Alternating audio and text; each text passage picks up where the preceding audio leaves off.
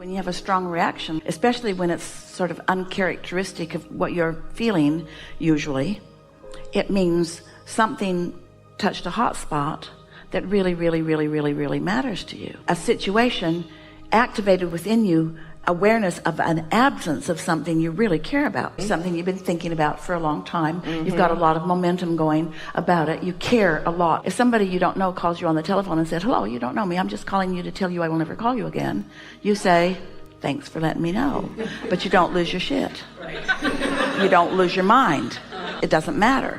But when something that really matters to you feels threatened, then isn't it logical that you would have a strong reaction to it? What if, because of your desire about this thing, what if the universe delivered to you a sequence of events, of things that you didn't see coming, to make you aware that there's a vibration going on that is hindering it? Don't you want to know about that? If you feel that strongly about it, it means two things. It means, first, this is a really important thing to me. And next, my habit of thinking about it is not where I've been pretending it is. I've been worrying about this more than I've been thrilling about it. I've been pushing against the opposition of it more than I've been in favor of the benefits of it. I was deceiving myself and didn't know it. I'm so glad that this happened, that shined a light on what I've really got going on, because it's attraction, attraction, attraction, attraction. It's only attraction. When you're accustomed to being there and then you get focused on something where you're not there, you really feel the difference in the way your vibration is. But you see, that's what conditional living of life is. And this is something that you're working on and want to understand, because this is a really important conversation to have with everybody. You're really going to hear this. So we encourage you to tune in and calibrate and then receive the benefit of that. So the better it gets, the better it gets. You find the thought, you deliberately reach for a good feeling thought. That good feeling thought produces good feeling more thoughts, and then eventually a good feeling manifestation, which you then observe. And as you observe it, you're thinking about it, so you're attracting more of it, which you then observe, and then you get more of it, which you then observe. So that's all really lovely, except that you can get so without even knowing you're doing it. You become an observer for your emotions rather than a deliberate calibrator for your emotions.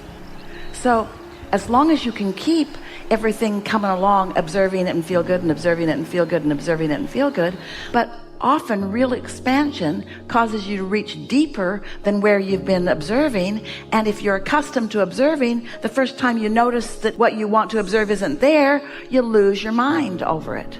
That's why, while we want you to sift through life and find good feeling things to focus upon, it's why we encourage you to make lists of positive aspects. We don't want to teach you to be conditional in life, because when you are using conditions as your reasons for the way you feel, when you become accustomed to calibrating to a situation or to an environment or to a person, then it has to keep going good to keep you rolling along. And that's not the way it is supposed to work, because you want to reach for things not yet known. And so when you get accustomed to calibrating just for the sake of feeling better, when you meditate because you want to feel better, when you reach for a thought for how it feels, then you show yourself that you can remain stable and good feeling no matter what's going on around. And this is an important thing, because hear this, your vortex is full of the vibrational essence of everything that you want to manifest. But those vibrations are not yet seeable or hearable or smellable or tastable or touchable. They are feelable, but you can't observe them yet. So as you're willing to feel them, you are tuning to what they are and putting yourself in a position of being better in your timing and better in your awareness of what you're observing. So you get to experience these thoughts turning to things. In other words, rendezvous begin happening, thoughts rendezvous in your own mind, other people say things that you were just thinking about, doors open that were never opened before. Things just begin to happen because you're in your pure essence. You're not carrying the resistance of the struggle. Then as the manifestations begin to happen, they feel really, really good.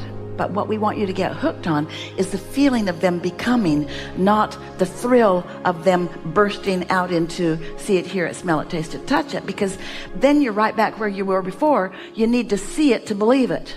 And we want you to feel it and believe it, and then you'll see it. There was a woman who came to Los Angeles seminars, and she came to every seminar in the area for a few years, 2 or 3 years, and often sat in the hot seat. Her desire was so powerful, and what she really, really wanted was to become pregnant.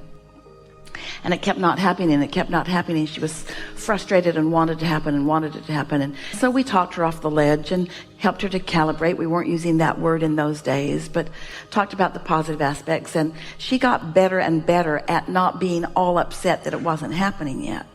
And then finally, one day, she came to the hot seat and announced, and many of the people in the group knew her because she'd been coming for a while, and because she'd been making her statement publicly for a while, she was pregnant.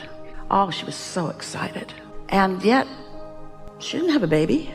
Not really. All she wanted to do was to go trick-or-treating. She couldn't wait for this baby to be born so she could dress it and play with it and do all the things that you do. What we're talking about is the gestation period. In other words, now she's joyful because the baby is in process. Now she doesn't doubt it because there is evidence of its existence. And what we want you all to feel is that we want you to get so tuned, calibrated to your vortex that you don't doubt, that you understand that your desires are gestating and they are real and they are coming and they are in the process of turning into things, you see. So the absence of them doesn't get you down. If you've calibrated to the outcome, then those things become less and less important. And as they show up, sometimes, in fact often, it causes you to focus in a way where some clarity comes from you that was missed by you before. In other words, if you can lay over the top of situations like that,